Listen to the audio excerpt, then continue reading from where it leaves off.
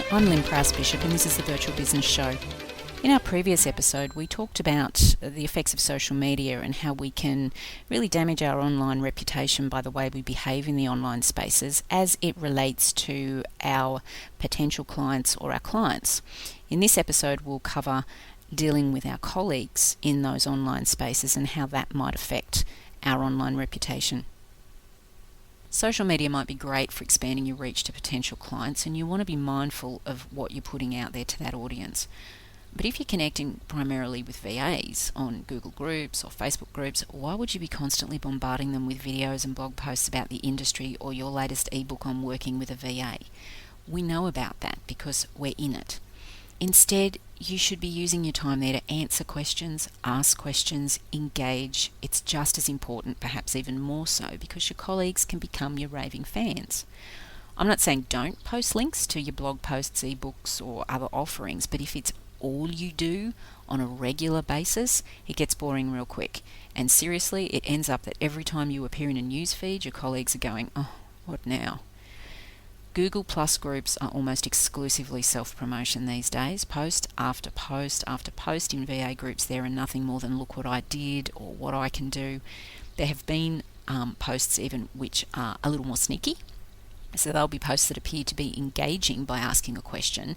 But if you then reply with your suggestion in an attempt to help them, they come back with their take and direct you to their latest blog post, video or podcast that actually solves the problem. You're much better off joining other groups like small business or entrepreneur groups where your ideal client might be hanging out, and posting your info there, unless of course VAs are your target market. I've been watching young VAs come up with a completely different attitude to some of us old-timers, and it can be a bit scary. I feel, as do many other VAs I've spoken with, that we are losing that which sets us apart, our collegiality and our willingness to support and help each other in favour of this look at me mindset. I'm an expert because I wrote a book. I'm an expert because I use YouTube videos. I'm an expert because I write a blog. The sad reality is that every 13-year-old with an internet connection these days can do the very same thing. Anyone with an iPhone is all of a sudden a YouTube expert. Writing a book, a blog, or using video and audio for business doesn't make you an expert. What you share with your tribe, what value you bring to your audience, what you give away with no expectation of anything in return, that's what wins you raving fans. This new generation of VA has been raised knowing nothing but Twitter hashtags and Facebook as their primary means of communicating. But speaking in 140 characters has meant that they've lost the art of respectful communication, and in a world where we are led to believe everyone with a blog is an expert, they don't respect experience. I've seen VAs attack each other instead of focusing on a concerted group effort to promote the industry, who prefer self-promotion over industry promotion. And no more so is this evident than in social media. Something that sets our industry apart, or that certainly has set it apart in the many years that I've been a part of it, has been our capacity to work together and support each other. It's something incredibly unique in business and is often commented on by people outside the industry, that we seem to be very non-competitive. But this uniqueness seems to be slipping away as new VAs join the industry. While we attack each other, we do nothing for our industry. But more than that, if this is how you treat a colleague, what does it say about how you may treat a client? Am I going to refer you when you display a lack of respect online for your colleagues? Are you being authentic? And if that is your authentic self, do I like you, trust you, and will I refer you? Probably not.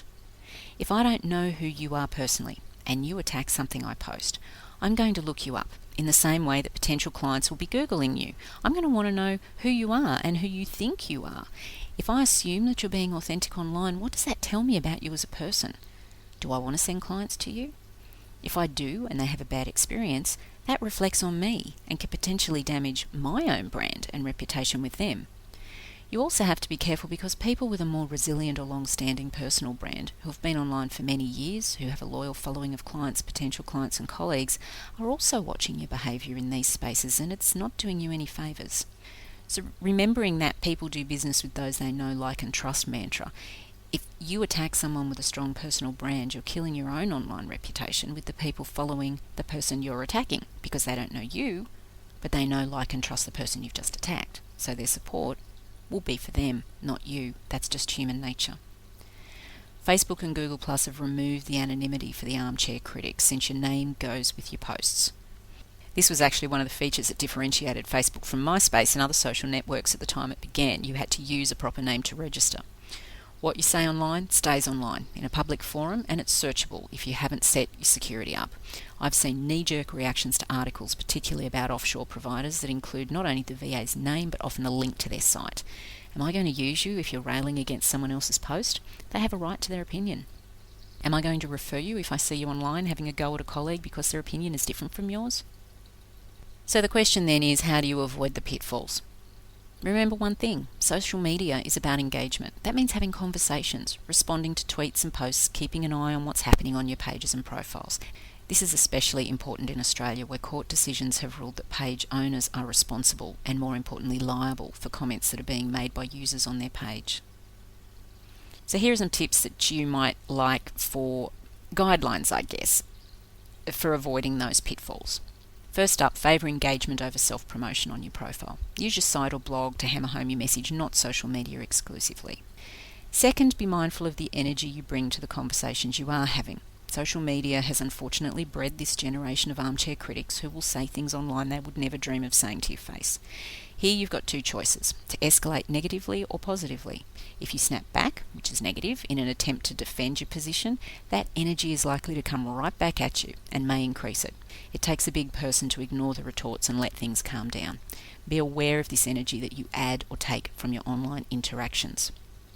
Seth Godin says, and try to add only good energy, absorb the bad, and focus on the outcomes, not the bravado.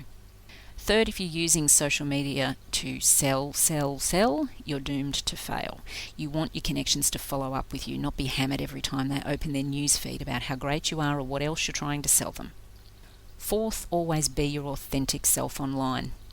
Unfortunately, there are too many people who use social media as a way to make themselves feel better, either with witty comebacks or put-downs that they've had time to really think about to get just the right sting before they hit enter, or conversely, that they haven't thought about it all and are just mouthing off.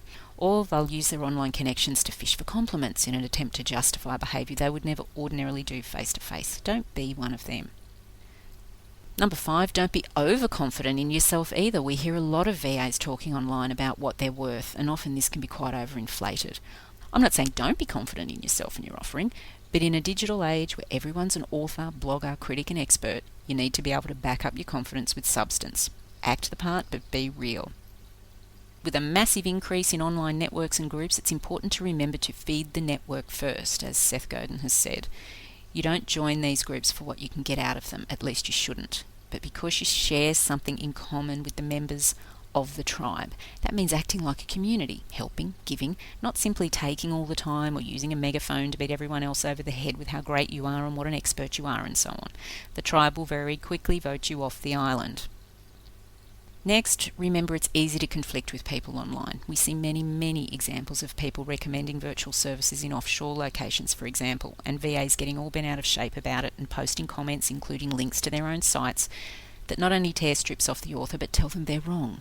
Not a great way to promote our industry. How dare we say the author of an article or blog post is wrong? We've not only taken the opposite stance to them, but now added insult to injury by telling them they're wrong and don't know what they're talking about. Not likely to win friends, not likely to sway their view. We first need to respect their position. Once we do that, we open the door to the possibility of being able to educate and open a dialogue with them that promotes mutual respect and the potential for learning. And you don't come across as being a whiner who has a narrow view of the global marketplace. Be a giver. Share what others are posting if you think it's valuable, with no fear that you'll lose potential clients to a colleague. Remember that 5-3-2 rule. 5 represents sharing other stuff, not yours. And finally, be authentic. Watch your interactions in the social media space. Be careful about what you post, who you connect with, and what images you put up. Be respectful of others' opinions. Reread what you're about to post or comment, and always ask yourself before hitting the enter key, how does this look? Does it represent my brand? Is it on brand? Does it reflect poorly on me, my industry, my business? Would I be happy for my family to see this, my mum, partner, kids or grandkids? Am I happy for this to be online forever? Can it be misinterpreted or misunderstood? Will I still feel the same after doing some more research, reading, or being more fully educated about the topic? Remember, once it's online forever, searchable, reviewable, and always reflecting back on you and what you represent. Whatever you post, whatever you say, whatever you comment should always be on brand and be reflective of your authentic self. I'm Lynn Prowse-Bishop. Thanks so much for listening.